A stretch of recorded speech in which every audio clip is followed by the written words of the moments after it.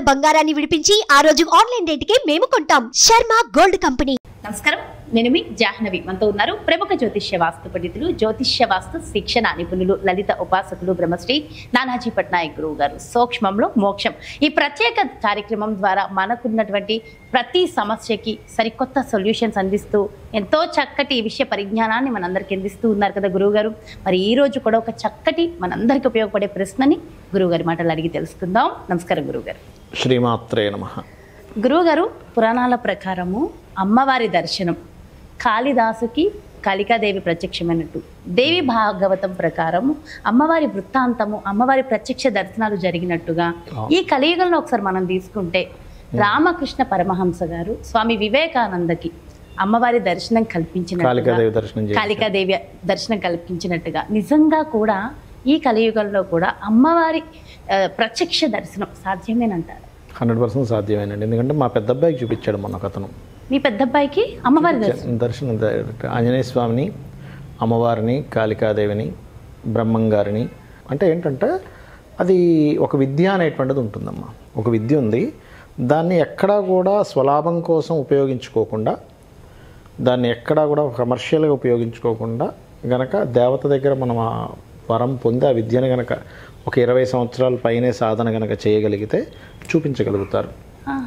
అది నాకు మొన్న అనుకోకుండా నాకు తెలుసు అట్లాంటి విద్యలు ఉన్నాయని. ఎందుకంటే మనకి జ్యోతిష్శాస్త్రము, వాస్తు, రకరకాల విద్యలు ఎలా ఉన్నాయో, ఇప్పుడు అంజనం వేస్తారు, అంజనం వేసినటువంటి విద్య ఇవన్నీ ఎట్లా ఉన్నాయో ఇలాంటి ఒక విద్య ఉంది. ఎందుకంటే దేవీ భాగవతంలోనది అమ్మవారు ప్రత్యక్షమైంది, ధనుర్బాణాలు ఇచ్చిందని, లేకపోతే పలానా వ్యక్తులకి అయ్యేది మనం వింటూ ఉంటాం. అన్నప్పుడు నాకు ఒక ఐడియా ఉండేది. మొన్న అనుకోకుండా ఒక ఛానల్కి వెళ్ళినప్పుడు ఆయన చెప్తున్నాడు, ఇట్లా మొన్న నాకు ఇట్లా ఒకతను ఉంటారు, ఇట్లా చూపించగలుగుతున్నారు ఆయన అంటే, ఏది ఒకసారి ఎవరికి చూపించారో నాకు ఫోన్ చేయండి అన్న. అంటే నాకు ఉందని నమ్మకం ఉంది. మనం కామన్గా ఏదైనా ఇప్పుడు ధ్యానంలో కూర్చున్నప్పుడు మనకి అంతర్ముఖంగా మనకు ఆ సెన్స్ తెలుస్తూ ఉంటుంది, ఆ సెన్స్ భగవత్ సంబంధించిన అమ్మవారి సెన్స్ మనకు తెలుస్తూ ఉంటుంది. కానీ ప్రత్యక్షంగా మనం చూపించలేము ఎవరికి. ఎందుకు చూపించలేము అంటే అది వాళ్ళు చేసే సాధన ద్వారా తెలుసుకోవాలి, లేదా ఆ సాధన ఒక 20 సంవత్సరాలు ఎంతో ఆ విద్యను చేసిన వాళ్ళు చూపించగలగాలి. అది చాలా రేర్గా ఉంటారు, ఎక్కడో ఉంటారు, అందరూ చూపించలేరు. అన్నప్పుడు నాకు ఆయనతో మాట్లాడిచ్చారు.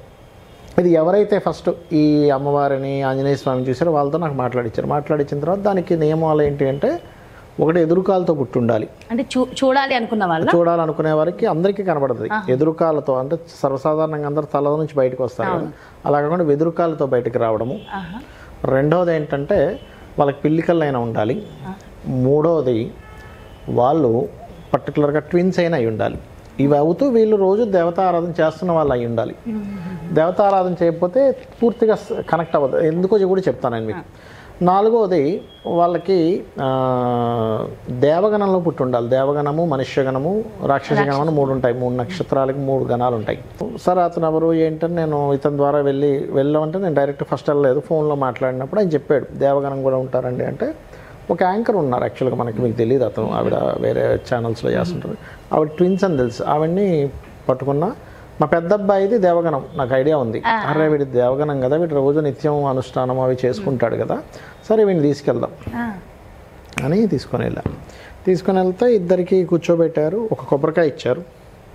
కొబ్బరికాయ ఇచ్చి ఫస్ట్ ఒక మంత్రం అభిమంత్రించి కొబ్బరికాయ ఇస్తే అది ఫస్ట్ చూస్తూ ఉండగా అందులోంచి కొంతసేపటికి 1 నిమిషం 2 నిమిషాలకు ఒక ఫాగ్ లాగా వస్తుంది బయటికి. మనకు కనిపిస్తుంది, పక్క వాళ్ళకి కనబడదు, వాళ్ళకే కనిపిస్తుంది. అది ఓన్లీ పట్టుకున్న వాళ్ళకి కనిపిస్తుంది, వేరే వాళ్ళకి కనబడదు. ఫాగ్ లాగా వచ్చి దాని తర్వాత అదేమవుతుందంటే చిన్నగా బ్లాక్ అవుతుంది. బ్లాక్ అయ్యి అందులోంచి ఒక వెలుగులాగా, ఒక చిన్న వెలుగులాగా ఇళ్ళలో వచ్చి ఆ వెలుగులాగా మనకి టీవీలో చూస్తున్నట్టే కనిపిస్తుంది ప్రతిదీ కూడా. అది ఎట్లా అంటే అందులో నుంచి మీరు ఎక్కడికైనా వెళ్ళొచ్చు.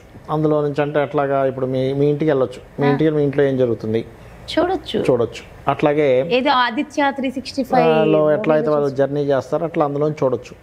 అట్లా చూపించడం ఒకటి.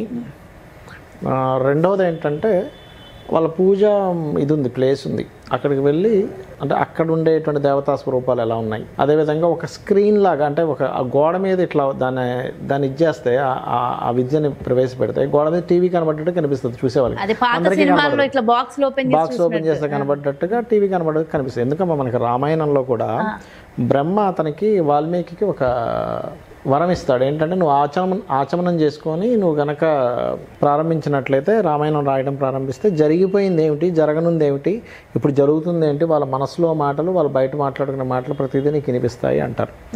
అట్లాగే ఎలాగైతే ఉందో అదొక విద్య అనేటువంటిది ఉంది. బట్ ఏంటంటే ఇప్పుడు మీకు దేవతను చూపిస్తారు కానీ దేవత మీతో ఏం మాట్లాడలేదు. అంటే మాట్లాడగలుగుతుంది కానీ మీరు దేవతను చూసి అసలు ఫస్ట్ ఆ ఎగ్జైటింగ్లో ఉంటారు. కానీ మీకు కర్మ పోవాలి అంటే మాత్రం మీ సాధనే మళ్ళీ. కాకపోతే చూసినందుకు చాలా మటుకు మీకు మార్పు వస్తుంది దేవత దర్శనం జరిగినందుకు.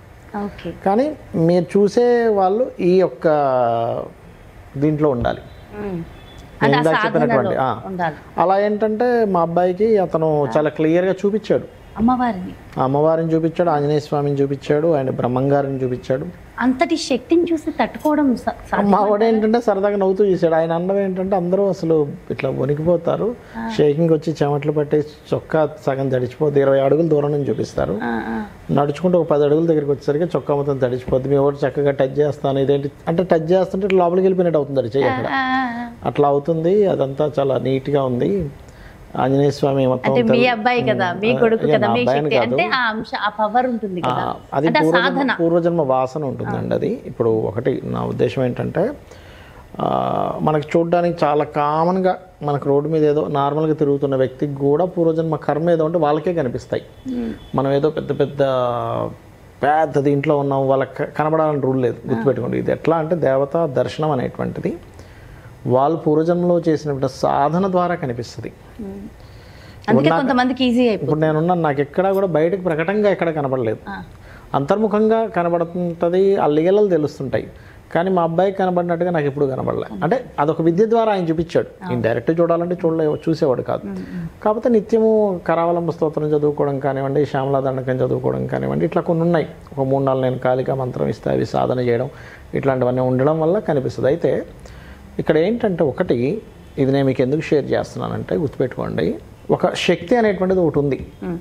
ఆ శక్తి ఏంటంటే మీరు గనక నిత్య ఆరాధన చేస్తూ చేస్తూ చేస్తూ నిత్య ఇది గనక మీరు అనుష్ఠానం చేస్తూ ఉన్నట్లయితే పెద్ద పెద్ద ప్రమాదాలు రావాల్సిన వాళ్ళు కాపాడుతుంటారు. అది మనకు తెలియదు. మీ కర్మ ఏముందో మీకేం తెలుసు?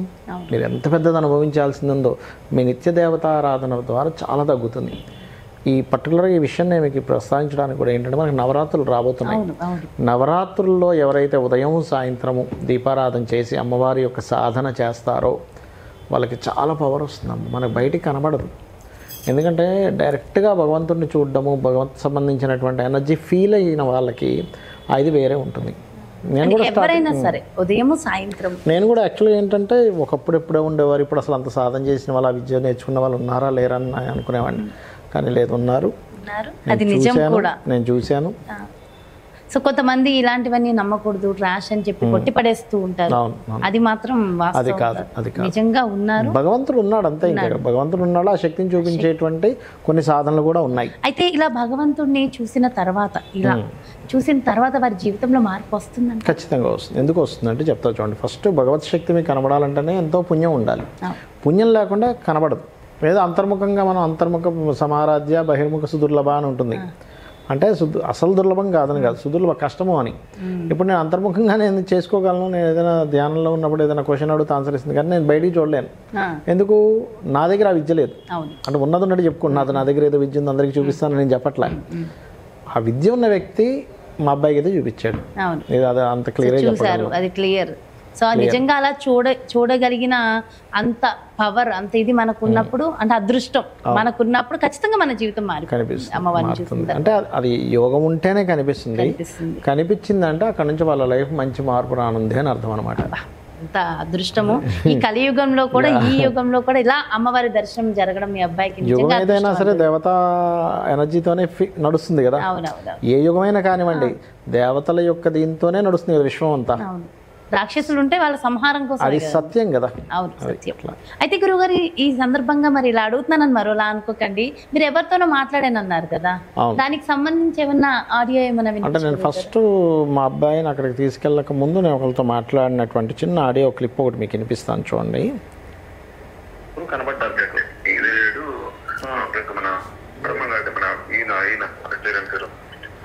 చెప్తారు కదా కాలజ్ఞాన బ్రహ్మం గారు, ఆయన ఆయన ఇదయ్యారు. అమ్మవారు, ఆంజనేయ స్వామి, బ్రహ్మం గారు ముగ్గురు కనబడ్డారు మీకు. అంతే అంటే ఫస్ట్ వచ్చేసి ఆంజనేయ స్వామి, ఓకే. దాని తర్వాత బ్రహ్మం గారు, ఓకే. దాని తర్వాత అమ్మవారు. ఆంజనేయ స్వామిని చూసి తట్టుకోలేకపోయాను. బ్రహ్మం గారు అట్లా స్మైల్ తోటి అట్లా మాట మామూలుగా అట్లా పట్టుకొని చేసుకొని క్యాజువల్ ఉన్నారు. అమ్మవారు కొంచెం హెవీగా అసలు ఆ నాలిక కళ్ళు అది చూసి కొంచెం ఇదిగా ఉందన్నమాట. ఓకే. ఆంజనేయ స్వామి మీ వెనకాతల ఉండి కనబడింది అన్నారు కదా, ఆంజనేయ స్వామి మాత్రం మీ బ్యాక్ సైడ్ ఎదురుగానే ఆంజనేయ స్వామి? మూడు ఎదురుగానే మరి మీ బ్యాక్ సైడ్ అన్న ఆయన Virat. Okay okay okay okay. అంటే చూపించిన అతని పేరు విరాట్ గారు అనమాట. మూడు కూడా ఎదురుగానే. ఎవరి బ్యాక్ సైడ్ ఇప్పుడు ఎవరైతే మనకి వ్యక్తి చూపించారు కదా, చూపించారు ఆయన బ్యాక్ సైడ్. ఆ వ్యక్తి రైట్ సైడ్ బ్యాక్. ఓహోహో, ఇక్కడేనా మనకి మన స్టూడియోలో చూపించారు వాళ్ళ ఇంట్లో? మన స్టూడియోలో కాదు, ఇక్కడ మన అందరంటే మియాపూర్ కుక్కడపల్లిలో ఉంటారు. వచ్చేసేమో బ్రహ్మ గారు వచ్చేసేమో లెఫ్ట్ సైడ్ చుట్టూ దిగుతా, ఆయన లెఫ్ట్ సైడ్. ఓకే. ఆయన లెఫ్ట్ సైడ్, అమ్మవారు వచ్చేసి రైట్ సైడ్ ముందుకి, అంటే పక్కనే అన్నట్టు. అచ్చా, ఆయన ఉండగా ఆయన పక్కనే అటు ఇటు కనబడ్డాయి మీకు? మూడు ఒకేసారి కాదు. ఒక రోజు ఏమో ఇద్దరు ఆంజనేయ స్వామి బ్రహ్మం గారు, ఇంకోసారి కమ్మవాడు. ఓహోహో, అదృష్టవంతులే అసలు. అమ్మవారు ఎలా అనిపించిందండి మీకు? అమ్మవారు పులి మీద అట్లా కూర్చొని, పులి పక్కకి ఇట్లా తిరిగి పులి మీద ఇట్లా కూర్చొని కళ్ళు బాగా ఎదవి చేసి నాలిక బయటకి 4 చేతులు ఉన్నాయి. 4 చేతులు ఉన్నాయి. ఇది చూసి వాళ్ళకి అర్థమైపోయింది మొత్తం మ్యాటర్ అంతా. ఓకే. చూసి నా పక్కన చూసే వాళ్ళకు కూడా నా చోట్ల పెట్టేసి వరకు వచ్చేసి నాకు. మీరు ఇంతకు ముందు భగవంతుడిని నమ్మే దాంట్లోనే చూసిన తర్వాత ఎట్లాంటి ఎక్స్పీరియన్స్ అనిపించింది మీకు? అంటే అంతకుముందు ఉందో లేదో అని ఎక్కడో చిన్న సందేహం ఉండేది కదా? సందేహం ఉండేది. ఇప్పుడు ఇంకొకటి ఏంటంటే, ఇప్పుడు అంటే ఎట్లా ఉంది అని చెప్పేసి నేను అడుగుతున్నాను. ఇప్పుడు మళ్ళీ చూపిస్తానన్నా కానీ చూడలేను. అంత భయం వేసింది. కానీ మా అబ్బాయి మాత్రం నవ్వుకుంటూ చూశాడు. అయితే నేను అనేది ఏంటంటే, ఆ ఎక్స్పీరియన్స్ అవ్వకముందు మీకుండే థాట్ ప్రాసెస్కి ఎక్స్పీరియన్స్ అయిన తర్వాత థాట్ ప్రాసెస్ చాలా తేడా ఉంటుంది. ఎందుకంటే నా లైఫ్లో కూడా అమ్మవారు ఉంది అని ఒక అంతర్ముఖంగా ఒక ఫీల్ ఉంటుంది చూసారు. ఆ ఫీల్ జరిగినప్పటి నుంచి నా థాట్ ప్రాసెస్ మారిపోయింది నిజం చెప్పాలంటే. అది తెలియకుండా అమ్మవారు వచ్చి ఒక మిరాకిల్ చేస్తుంది. అంటే ఆ ఫీల్ వచ్చినా కనబడడం చాలా కష్టం అండి. అలా విద్యను నేర్చుకున్న వాళ్ళు మాత్రమే చూపించగలరు. అది వింటుంటే కూడా నిజంగా మిరాకిల్లే. నిజంగా అమ్మవారు నిజంగా అంత స్వచ్ఛంగా కనిపించారు అనేది చాలా ఆశ్చర్యంగా అండ్ ఆనందంగా వినడానికి కూడా చాలా సంతోషంగా ఉంది. Thank you so much. నమస్కారం. శ్రీమాత్రే నమః. చూసారు కదండి, నిజంగా దసరా శరన్నవరాత్రులు రాబోతున్నాయి. మరి ఈ సందర్భంగా ముందుగానే అమ్మవారి దర్శనం కలిగింది మరి గురువు గారి వాళ్ళ పెద్ద అబ్బాయికి. నిజంగా అదృష్టం. అంటే ఈ కలియుగంలో కూడా మనకి స్వామి అమ్మవార్ల దర్శనం అనేది సాధ్యం, కానీ దానికి ఖచ్చితంగా కొన్ని నియమ నిష్టలతో కూడినటువంటి అదృష్టం అనేది ఖచ్చితంగా ఉండాలి. సో చాలా చాలా మంచి విషయం తెలుసుకున్నాం కదా. మరో ప్రత్యేకమైన కార్యక్రమంతో మళ్ళీ మీ ముందుకు వచ్చేస్తాను. అలాగే శరన్నవరాత్రుల్లో మనం ఖచ్చితంగా ఏం చేయడం వల్ల మరి అమ్మవారి దర్శనం మనకు కలుగుతుంది, మన జీవితాలు మారుతాయనే పరిహారం కూడా గురువుగారు అందించారు. మరో ప్రత్యేకమైన కార్యక్రమంతో మళ్ళీ మీ ముందుకు వచ్చేస్తాను. నమస్కారం.